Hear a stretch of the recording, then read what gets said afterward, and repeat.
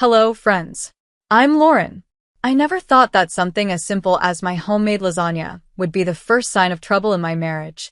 Here I am, in my early 40s, living what I once thought was the Canadian dream, a lovely house in the suburbs, a husband with a successful career, and enough time to enjoy my passion for cooking. That was my life, or at least I thought it was. My husband, Larry, is the classic big corporate guy. He has his tailored suits, his big office in the city, and the confidence that comes with a high-powered job. When we first got married, he couldn't stop complimenting my cooking.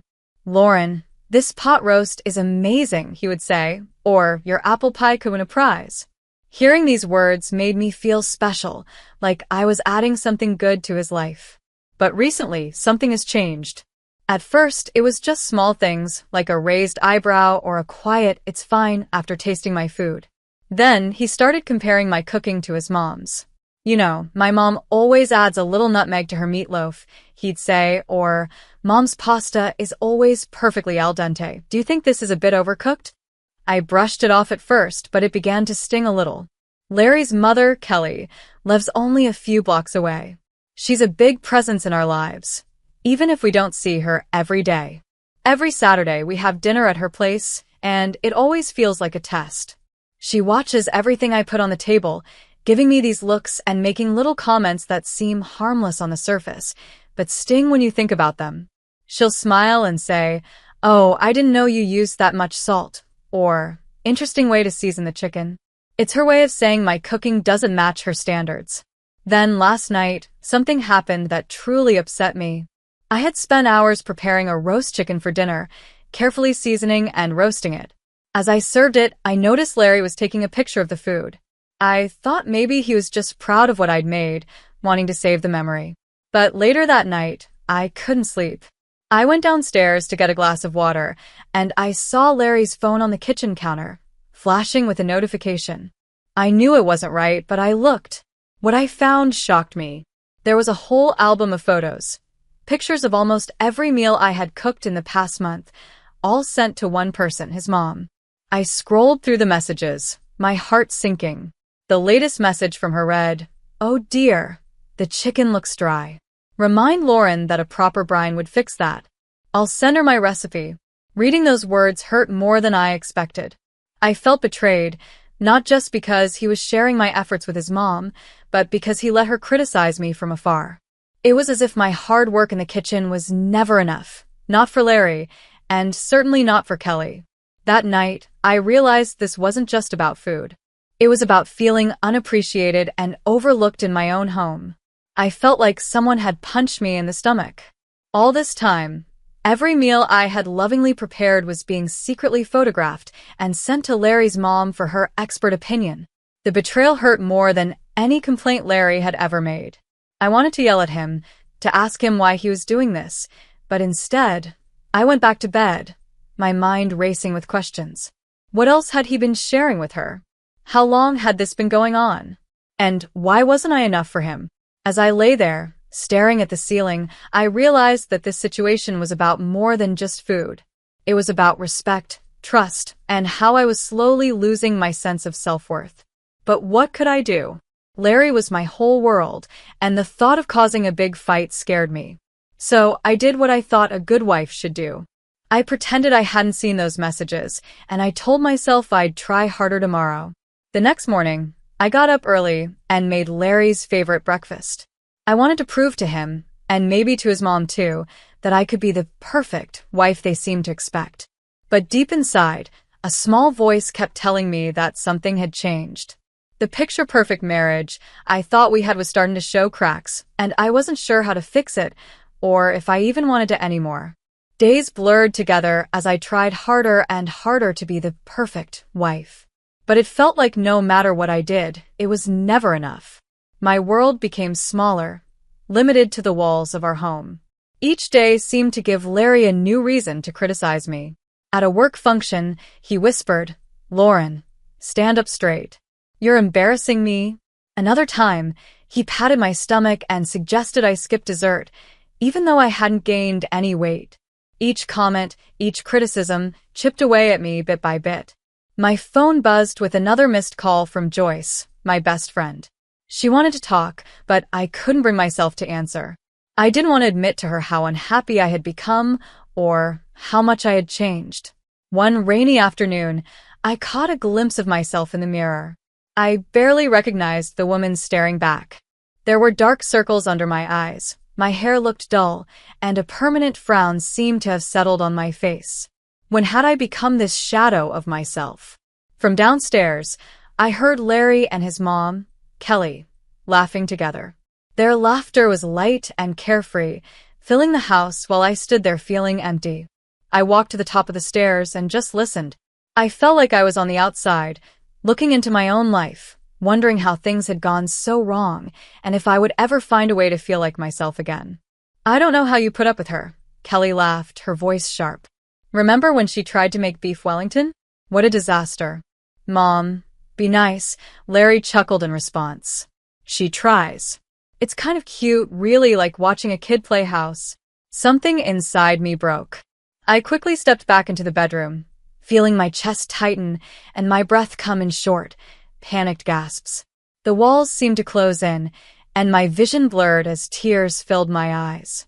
I reached for my phone with shaking hands and dialed the one person I could trust completely, Joyce. Joyce, I managed to say in a choked whisper, I need help. Oh my God, Lauren. Where have you been? I've been so worried about you. Joyce replied, her voice filled with concern. As soon as she spoke, everything I had been holding in for so long started to pour out. Years of pain, frustration, and feeling small just spilled over. I told her about the constant criticism, the way Larry and Kelly made me feel, and how I felt like I was losing myself in my own marriage. Joyce listened patiently, her calm voice comforting me. Listen to me, she said firmly. This isn't normal, Lauren. What Larry's doing is not okay. You need to think about leaving. But where would I go? I whispered, feeling scared and lost. What would I do? First things first, she said gently. I'm texting you the number for a therapist, Dr. Peter. She specializes in helping people in situations like this. Promise me you'll call her. I looked at the number on my phone screen, feeling both nervous and hopeful. It felt like a small light in the middle of all the darkness around me. With shaky hands, I dialed Dr. Peter's office. A kind voice answered, and I took a deep breath, forcing the words out. Hi. I think I need help. Making that appointment sparked a small, fragile hope in me. For the first time in a long while, I felt like maybe I could find a way to feel whole again. When I walked into Dr. Peter's office, the plain white walls felt oddly comforting, like a blank page where I could begin telling my story. I sat nervously, twisting my fingers as Dr. Peter looked at me with gentle eyes. Lauren, she said softly, why don't you tell me why you're here? Her voice was warm and encouraging. Slowly, I began to open up, sharing all the hurt, manipulation, and self-doubt I'd been carrying. Session by session, Dr. Peter helped me see patterns I hadn't noticed before, showing me how deeply Larry's words and Kelly's judgments had affected me. Your worth isn't determined by Larry's approval or Kelly's standards, Dr. Peter reminded me. What did Lauren love before all of this? That question struck me deeply. I thought back to a time when I found joy in cooking, not cooking to impress or please, but simply because I loved creating something delicious for myself. I realized I wanted to feel that happiness again. One evening, I stood in the kitchen and decided to cook just for me, letting myself enjoy each step, knowing this was the first small step to reclaiming my life. One day, I decided to make my favorite dessert from childhood, my grandmother's apple pie. As the warm, sweet smell of apples and cinnamon filled the kitchen, I felt a wave of comfort. Just then, Larry walked in, sniffed the air, and frowned. What's that smell? You know I prefer Mom's pecan pie, he said dismissively. For the first time in years, I didn't rush to please him. This is my grandmother's recipe, I said, my voice steady. I'm making it for myself. Larry looked shocked, and his expression was almost funny. That small act of standing up for myself gave me courage. I realized it was time to reconnect with someone important in my life, my sister Julie. Over the years, Larry's little manipulations had pushed us apart, but I reached out anyway. Julie welcomed me back with open arms. "I've missed you so much, Laura," she said, pulling me into a tight hug. "I always knew that guy was no good for you." With Julie's support and Dr. Peter's guidance, I began to find myself again. I threw myself into activities I had long forgotten, taking a cooking class, joining a book club, and even sketching plans for a dream cafe that I'd always wanted to open. At home, the tension grew thicker with each step I took toward being myself. Larry's calm, controlled attitude started to crack. One night, after I refused to cancel plans with Julie, he snapped, "Since when do you talk back to me?" I looked him in the eye and replied, "Since I remembered that I'm a person, not your puppet." The words surprised both of us, but I felt stronger than ever. Then, the final breaking point came on a rainy Thursday. I decided to surprise Larry by bringing lunch to his office. I thought maybe we could reconnect somehow, maybe find some peace. But as I walked toward his office door, I heard muffled laughter and a woman's voice say, "Oh, Larry, you're so bad. What would your little wifey say if she knew?" I froze, my heart sinking as I opened the door. There was Larry, wrapped up with Janet, a woman from a rival company. "Lauren." Larry leapt up, his face turning pale. "This isn't what it looks like." "I can explain." But I didn't want to hear any more explanations. I was done with excuses. I turned around and walked out, my heart racing with adrenaline. By the time he got home that evening, I was waiting with divorce papers. "What's this?" he sputtered. "Freedom," I replied calmly. "For both of us." His face twisted in anger. "You'll never survive without me. You're nothing." I stood my ground, thinking of all the self-worth I'd regained through therapy and the support of those who truly cared about me. "No, Larry," I said firmly. "I'm everything, and it's time I started living like it." As I packed my bags, I spotted my sketches for the cafe I'd dreamed of opening. I had lost so many years to Larry's control, but now, my future was mine to shape. I walked out of that house with my head held high, leaving behind the timid version of myself and stepping into the life of the strong, passionate Lauren I was always meant to be. The day I signed those divorce papers felt like a new beginning for me. Larry's face was filled with a mix of anger and shock as I walked away, but I didn't turn back. I had my fair settlement to my freedom, and my eyes set on the future, a future I would create from scratch. On the opening day of my cafe, Lauren's Haven, I was both nervous and excited. The smell of freshly baked pastries filled the air, and I watched as the first customers slowly came in. My fears faded as I saw smiles spread across their faces with each bite they took. Soon, word spread about my little cafe, and Lauren's Haven became the talk of the town. Food critics loved the cozy, welcoming atmosphere and the delicious dishes, but what meant the most to me were the regular customers who came for comfort and warmth. As the cafe grew, so did I. The insecure woman I had been with Larry was gone. In her place was a confident, happy Lauren, living life her way.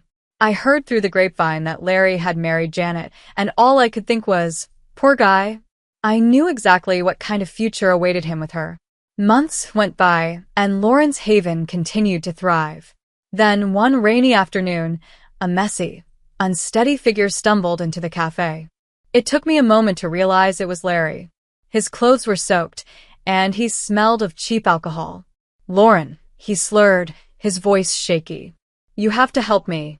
Janet, she took everything."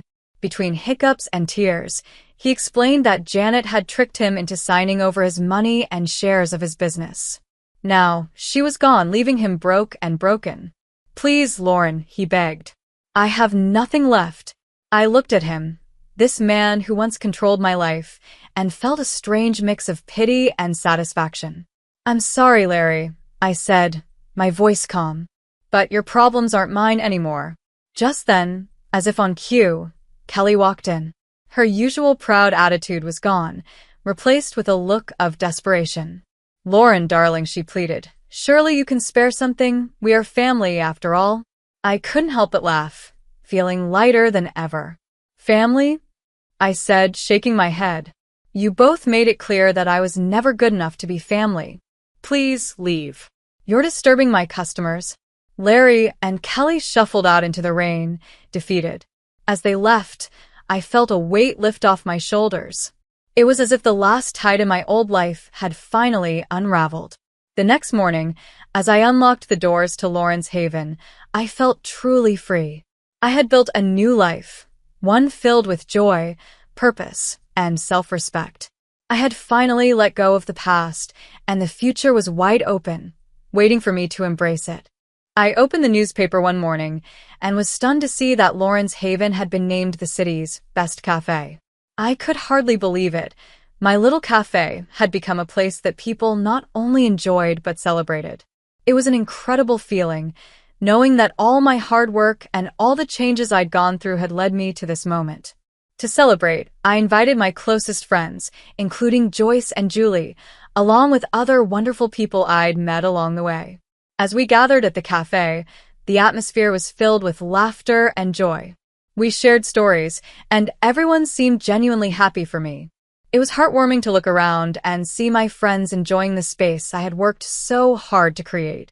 The warm smells of coffee and pastries filled the air as we toasted to the success of Lauren's Haven.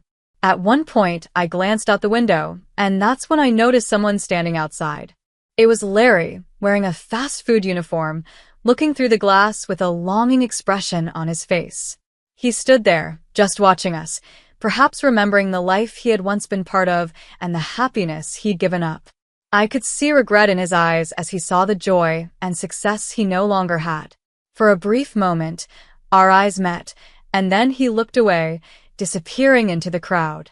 Seeing Larry like that was a powerful reminder of how much had changed. It also made me think about the choices we make and how they shape our lives. Larry had chosen his path, and I had chosen mine.